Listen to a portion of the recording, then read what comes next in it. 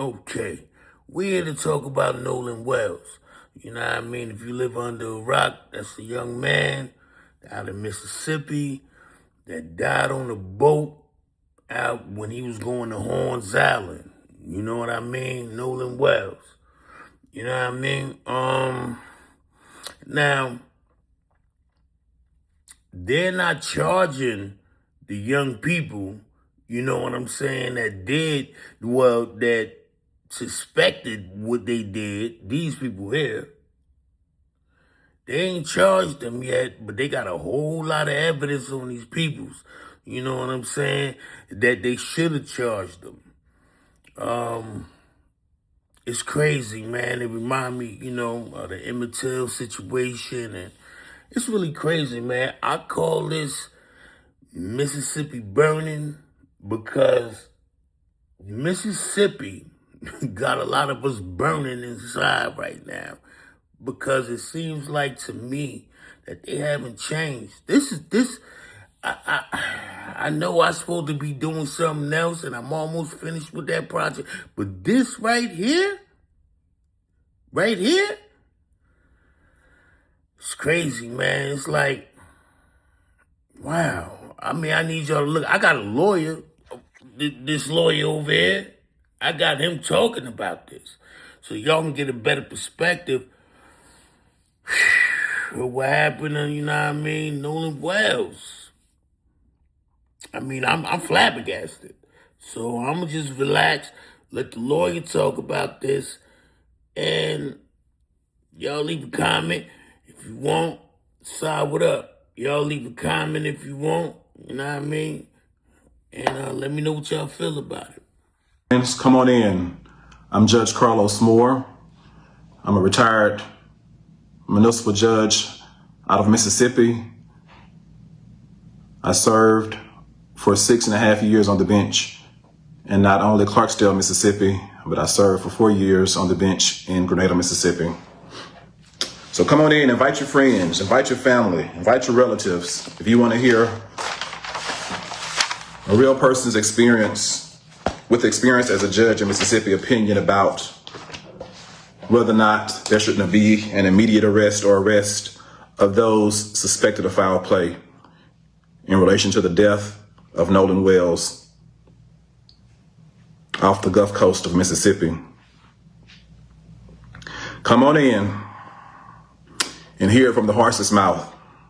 Someone who had the authority to sign not only search warrants, but arrest warrants.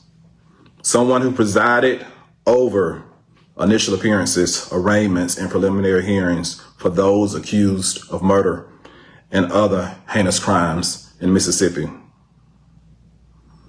I can talk now that I am a retired judge. Had I still been sitting as an active judge, I could not give you my opinion about an ongoing matter. But now I'm a retired judge and I'm a practicing lawyer in Tennessee. And I reside in Atlanta, Georgia, but I'm from the Mississippi Gulf Coast, and I know the law, and I can give you my unfiltered opinion about what I believe should be occurring now or in the near future. Come on in. I have time tonight. I have time. And I'll be happy to give you my opinions, and then I will be happy to answer any questions that you may have. It's time out for playing games. It's time to know the truth from someone well-versed in it, that has actual experience. I've worn the robe, the black robe, and I've presided over these trials or preliminary hearings, arraignments, and initial appearances.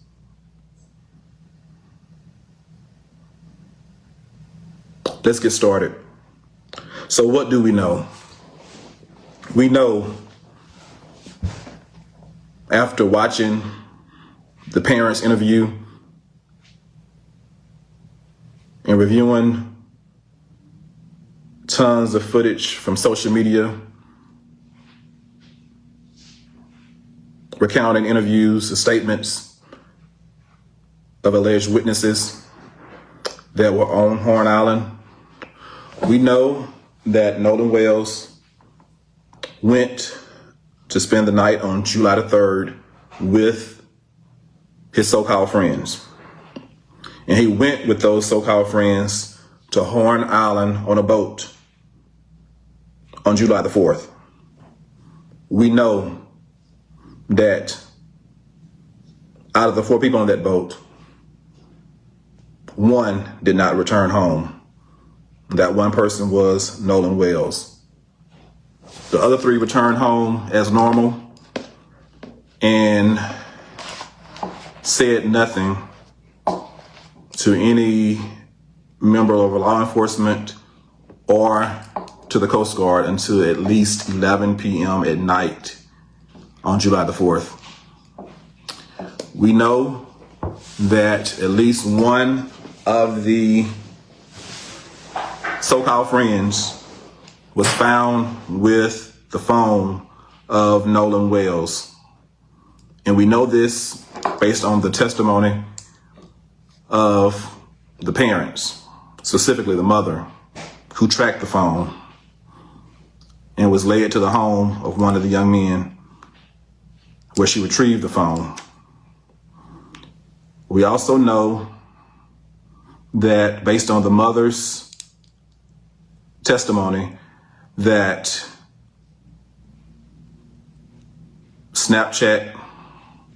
there were no Snapchats from the day, which was very odd for her son. We also know that text messages were deleted. We know that when she was tracking the phone, Life 360 said the phone was one place and Snapchat said it was another place. We know that the boy that had the phone did not voluntarily turn it over or call first. He had to be found through their own investigation. We know that based on witnesses' account, the so-called friends were seen on July the 5th, that Sunday, having breakfast together like nothing had happened. They were not out there searching for their so-called friend. We know that the so-called friends deleted their social media, deactivated their accounts, and scrubbed it clean if the allegations are correct. We know that the young man that had the car at his house did not willingly turn over the keys. At first, he said that he did not have the keys. He didn't know where they were. Then he, after being pressed by the father, he finally turned over the keys. This is all very suspicious activity. We know that based on an audio recording and some video that Nolan Wells can be heard saying, "Give me my freaking keys." Give me my freaking phone. And there's been 2 different versions. Some said he said, "Give me my freaking phone," or some say he said, "Give me my MF phone."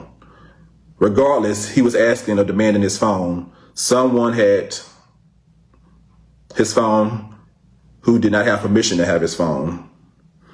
So the first thing I see, the simplest thing I see, is who had his phone and why? And was that theft of the phone? Sometimes we look at the largest case, we try to get to murder, but the person that took his phone committed a crime right there. There are witnesses to who took that phone. If an affidavit is signed, an arrest warrant could be signed by a judge in Mississippi to go after that person that had that phone unlawfully. We know, based on his own words, Nolan Wells' words while he was alive, he did not give whoever had that phone permission to have that phone. So was that theft? I think if an affidavit is signed, if it was presented to me when I was a judge, I would have signed an arrest warrant for the person for theft of that phone based on what I've heard. It'd have to be an affidavit format, but if it was presented to me in affidavit format from law enforcement, I would sign the arrest warrant for, at least at this point, theft of the man's phone. We know who had it. We know who didn't report it to the family. The family had to go find it. And we know that Nolan Wells said, give it back to him. And evidently it was not given back to him. Why was that?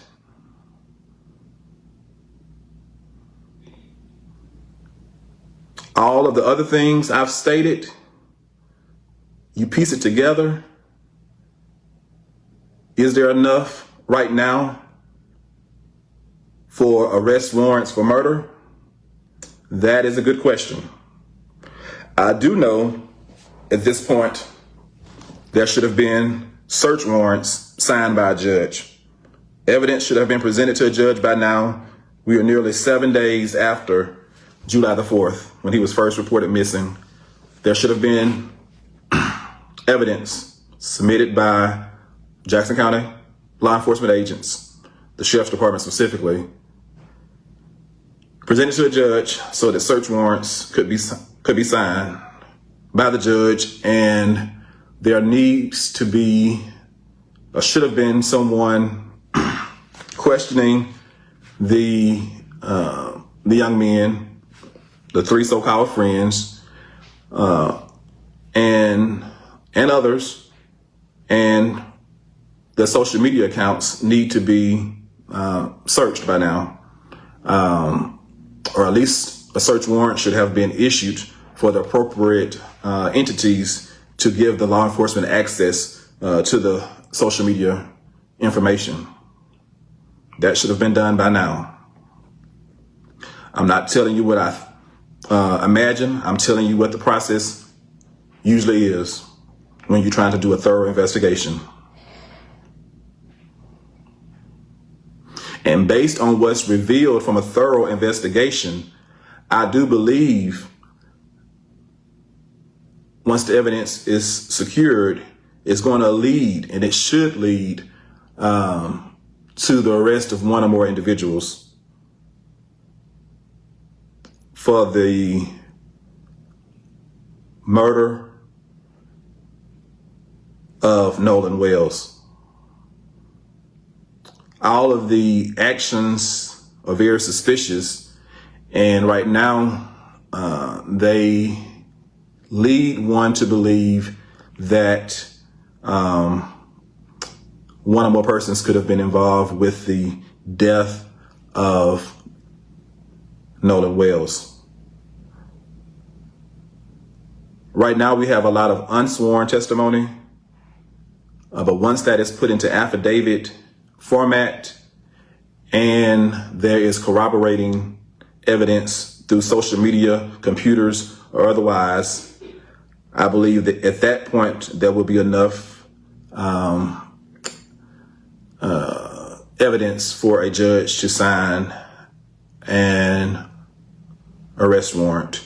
I think critical evidence that's missing right now are the results of the autopsy, the state's autopsy and the independent autopsy. That's going to be critical information.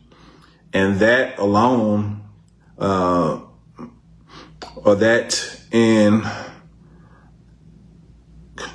connection with what's already known, may be enough to lead to an arrest or arrest.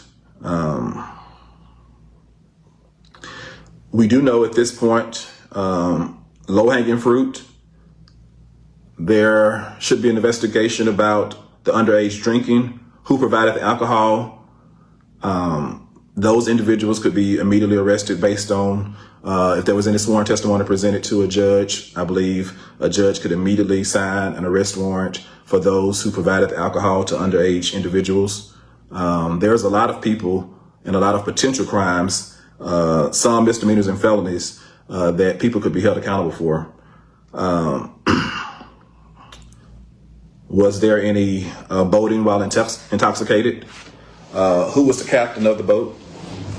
And what did he allow on his boat?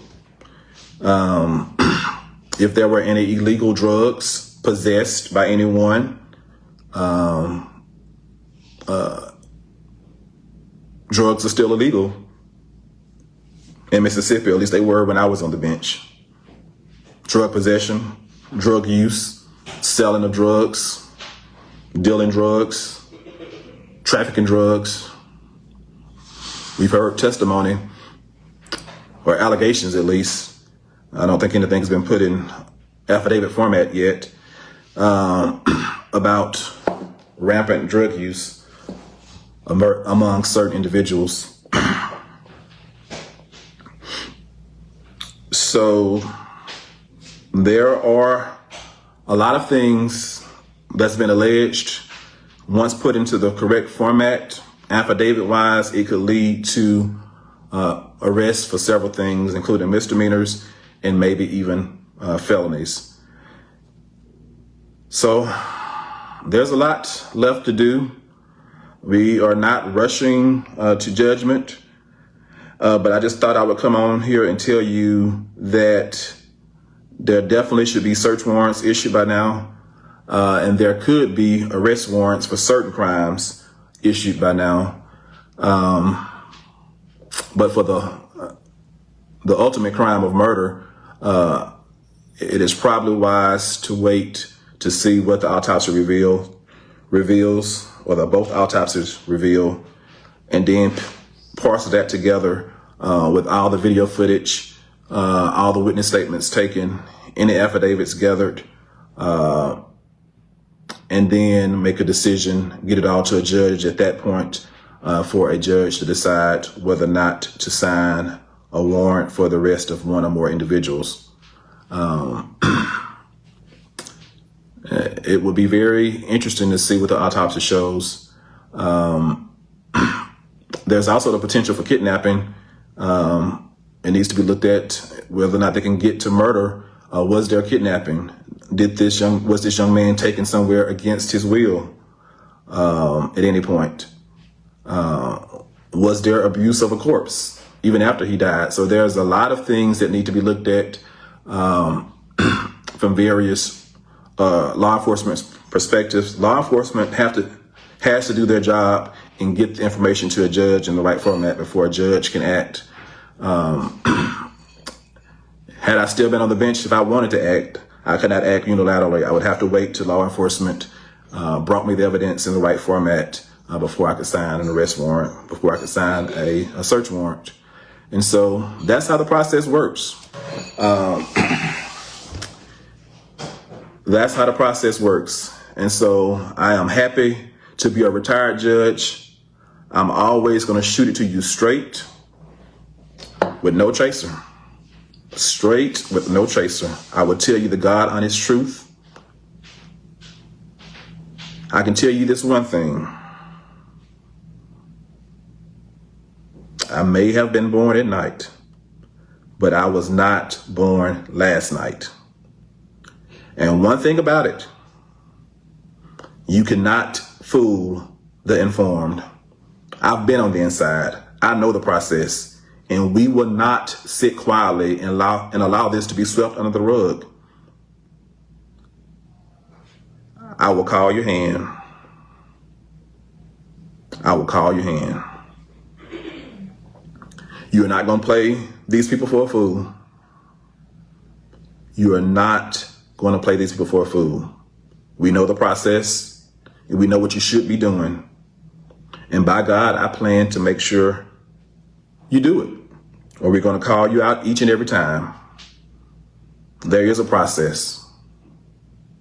What I do know is, had the roles been reversed, by now, there would likely have been already arrests made. It wouldn't have taken all 6 days, 7 days, whatever the amount of days it's going to take. Had the roles been reversed, the wheels of justice spin quickly. Somebody would have been arrested for something by now.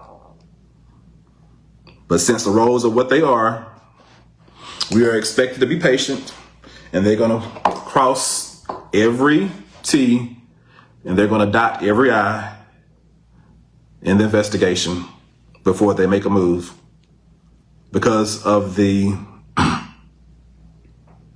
people that are potentially involved. And that's the way the criminal justice system works, unfortunately. If you have access to power or money, in some instances, if you're the right color or the right hue, you will get the benefit of the doubt. And regardless of all of that, based on what I've heard, not in the affidavits I've seen, if the affidavits come to support what I've heard, I do believe, especially with the autopsy, once that is in, and then if we look at the body to see if there were any bruises or anything else, it should lead to the arrest of one or more individuals for murder, for accessory to murder, for conspiracy to commit murder, aggravated assault, kidnapping, and a list of other possible things. But right now, I could say that based on that video evidence of him demanding his phone back, someone could immediately be arrested for theft, wrongful conversion of his property.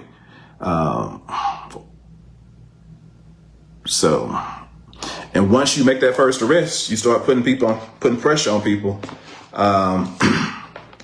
It becomes very serious at that point.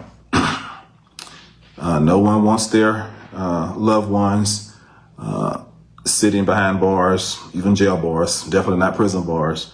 So it becomes very serious at that point. And there are persons of interest that should have been interviewed by now, should have been questioned, picked up, and taken to the station, even if they didn't voluntarily go.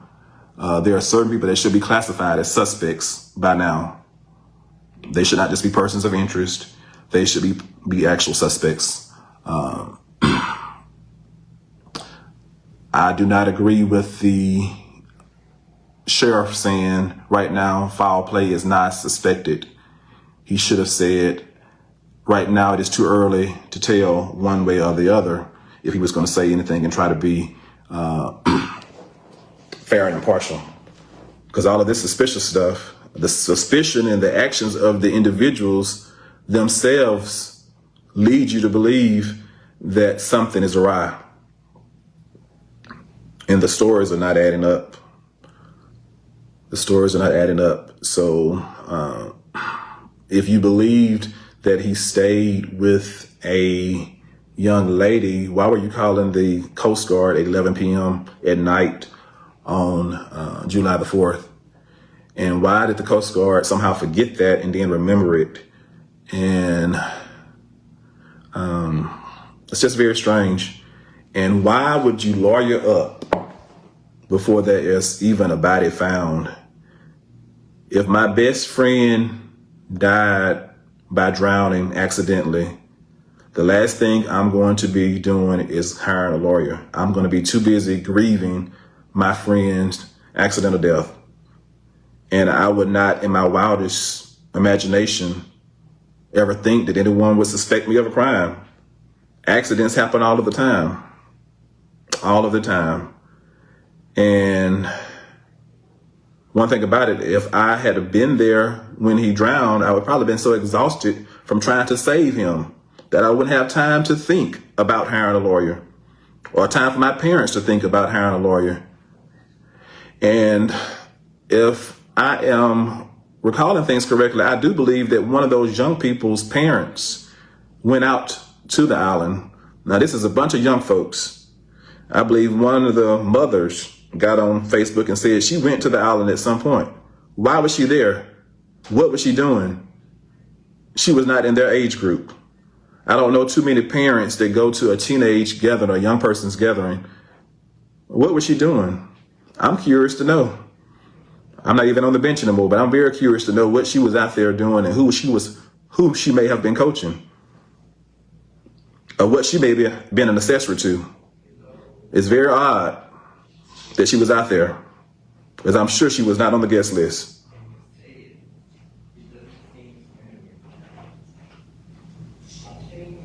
When I tell you I'm tired, it's because I am. It's time for us to have the knowledge. I got my law degree in 2002. So you're looking at somebody that has nearly a quarter of a century of experience. in the legal realm. I spent 6.5 years on the bench.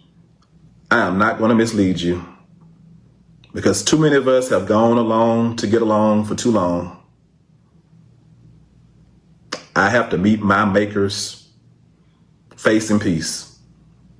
I have to look myself in the mirror. I'm not going to betray you. Enough is enough is enough.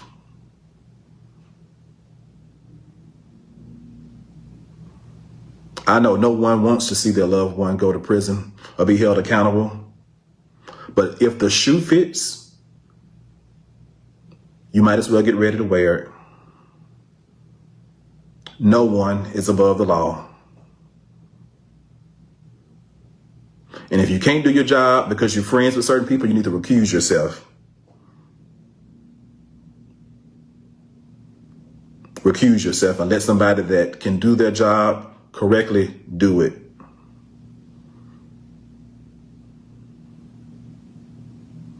I'm happy to answer any questions that anyone may have about the process or anything I just said. There is a criminal justice process. And I know how things should go. And when they don't go as they should, you have to ask yourself why.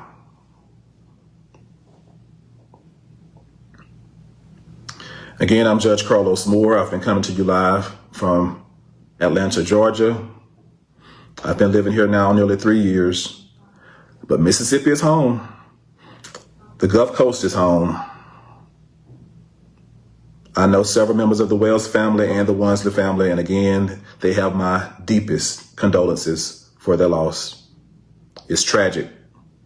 Tragic folks that you trusted your loved one to spend time with.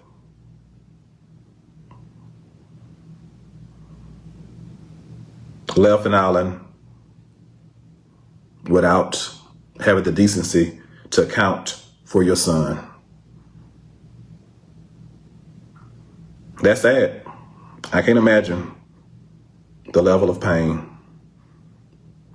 And I've heard some people say that the Department of Justice, Civil Rights Division should come in and investigate, or the FBI, MBI, who actually has jurisdiction to do this. Those are good questions. We may need more assistance besides the local law enforcement to get down to the bottom of this. If there's anyone that's truly willing to live up to the oath they took, they swore as a law enforcement officer, as a judge, if you're willing to live up to that oath and be unbiased and do a true investigation and consider the facts fairly, please step up. And if you can't do the job fairly, please step aside. This is too serious. You have too many educated people watching this case now, and we're not going to let you get away with murder, potentially with no one being held accountable. We're not going to do it. Whoever did something untoward needs to be held accountable, needs to go before a jury of their peers, and need to let that jury of their peers decide their guilt or innocence. The standards for an arrest warrant is simple, probable cause to believe a crime has been committed. The judge has to have probable cause, more likely than not, that a crime has been committed for an arrest warrant to be signed. It's not beyond a reasonable doubt. It's probable cause, more likely than not. That's a very low burden to meet. And the evidence needs to get to a judge pretty soon. We know that won't be the end all, just because there will be an arrest. At some point, I do believe it's still going to be a long process. The local judge, the municipal judge, as I was, will have to do the arraignment and decide whether or not the individual or individuals get bail and what that bail amount will be. If it's a capital offense, or if it's a first degree murder charge or manslaughter charge, or whatever it may be, kidnapping, aggravated assault, that the judge will have to set bail or or denied. Will the persons be flight risk? All that has to be taken into consideration. From there, there will be a preliminary hearing, likely, where the evidence will be presented to that local judge, who will get to decide whether or not to bind it over to a grand jury or dismiss the charge. Once it's bound over to a grand jury, it'll be up to the grand jury to decide what to actually indict the individuals for. And then once there is an indictment or indictments are secured, individuals will have to stand trial, or if they plead not guilty, they get to stand trial. Otherwise, if they plead guilty, it could go immediately to sentencing. You would expect, based on what I've seen so far, that there won't be any guilty pleas automatically, and this probably will go to trial. You have contradicting stories. You have Katie that's saying one thing. You have the young man that's saying another. I see Katie has not lawyered up, from what I have been told, and she's been speaking freely, and her family's been speaking freely. Whereas I understand that some others have decided not to speak to the press and have lawyered up. And people are entitled in this country. You are innocent until proven guilty in a court of law. There's nothing wrong with lawyering up. In fact, if it was my family, I would advise my family to remain quiet too. That's what lawyers do. We advise them to remain quiet. They have a right to remain quiet. And a lot of times you remain quiet for good reason, because anything you say can and will be used against you in a court of law. But people also have a right to be suspicious of why individuals lawyered up so fast. Why are they not talking? This is serious. It's serious business. People's potential freedom are on the line, and somebody has lost their life. Someone has lost their life. At least the people that's alive still have a fighting chance. You never know what a jury in Mississippi will do. We do know that no one ever was held accountable for Emmett Till's murder, despite the evidence, the overwhelming evidence. No one was ever held accountable. I can only hope and pray that in 2026, 2027, should the facts be presented to a jury of peers, that it'll be given reasonable consideration, and that if the facts are proven beyond a reasonable doubt, that the individuals that may soon be arrested and tried for the death, for their role in the death of Nolan Wells, will be held accountable. That's all we can hope and pray for, and we will have to live with whatever the jury's verdict is, because in this country, if you go through the entire process, we live with the verdict of the jury. It has to be a unanimous verdict, and they get to decide guilt or an acquittal. And if they cannot agree, it's a hung jury, and the prosecution gets to decide if they try the case again. They can continue to try it again until they get a unanimous decision one way or the other. So it's going to be a long road ahead. Keep the Wells and Wansley's family in your prayers. They have to deal with all of this in a very public light. They are not allowed to grieve privately because of the very public nature of this death. And so it's a lot to process. One day your life is going as normal, and the next day you are thrown in the limelight. But I applaud the parents for standing together and fighting for answers. And they have been very good. They are not accusing anybody of anything. They just simply want answers. And once those answers are given and properly investigated, they are hoping that the right thing is done. And that's my hope too.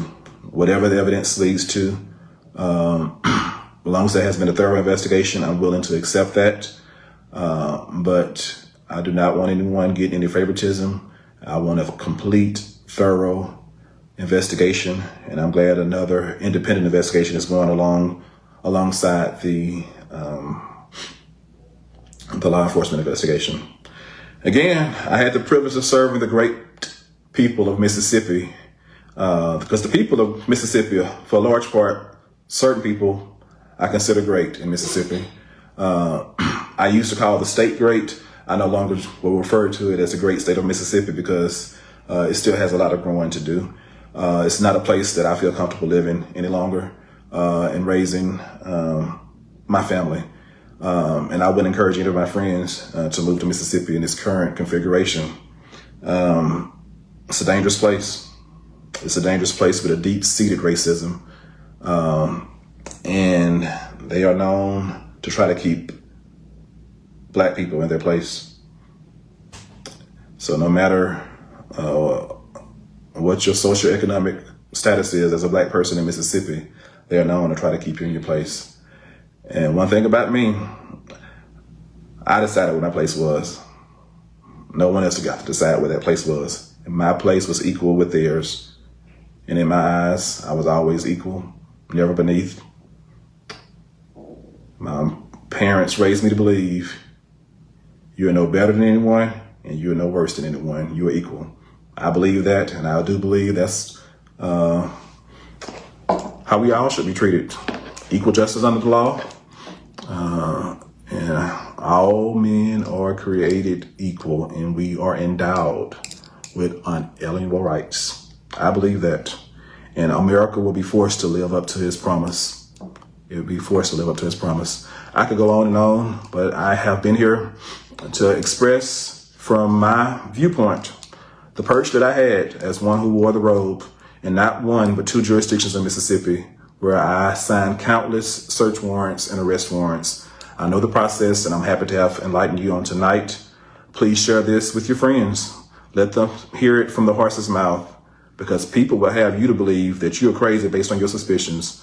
A lot of your suspicions and what you're saying, you're dead on, you're dead right. You're hitting the nail on the head. Keep asking the questions, keep prodding. And if you ever want to know if you're on the right track, I'm just a chat or email away. I can be found on Instagram at Judge Carlos Moore. I'm found here on Facebook because we're doing the Facebook Live. I'm also on LinkedIn. I'm on TikTok as Judge Carlos Moore, and I'm happy to give you the benefit of my experience over the years. Again, continue to keep the family in your prayers. I'm signing off now, saying good night.